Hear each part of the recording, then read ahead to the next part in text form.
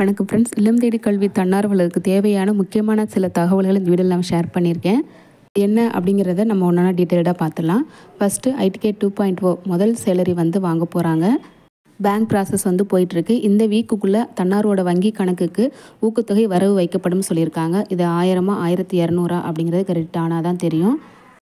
அதே போல் carrier guidance alumni work இருக்கு இல்லையா, அதாவது மாதிரி பள்ளிகளுக்கு தேர்வான தன்னார்வலர்கள் இன்டர்வியூலாம் வந்து முடிச்சுட்டாங்க. அவங்களுக்கு வந்து யாரெல்லாம் செலக்ட் அப்படிங்கிற மெயில் வந்து அனுப்புவோன்னு வந்து சொல்லியிருக்காங்க. இவங்களாம் வந்துட்டு மாதிரி பள்ளிகளில் போய் வேலை பார்க்க போகிறாங்க. சேலரி வந்து பார்த்திங்கன்னா 25,000 சொல்லியிருக்காங்க. அடுத்ததாக பழங்குடியின மக்கள் கணக்கெடுப்பு பணி வந்து முடிஞ்சிருச்சு. தன்னார்வலர்கள் ரொம்ப சிறப்பாகவே ரொம்ப அலட்சியோடு இந்த வேலையை செஞ்சு முடிச்சிருக்காங்க.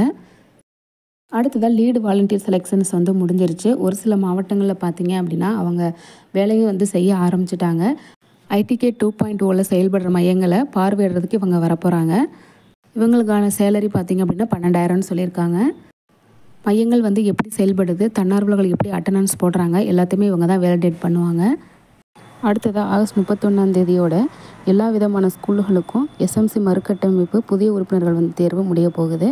நிறைய தன்னார்வலர்கள் கல்வியாளராகவும் முன்னாள் மாணவராகவும் எஸ்எம்சி குழு உறுப்பினராகவும் தேர்வாகியிருக்காங்க.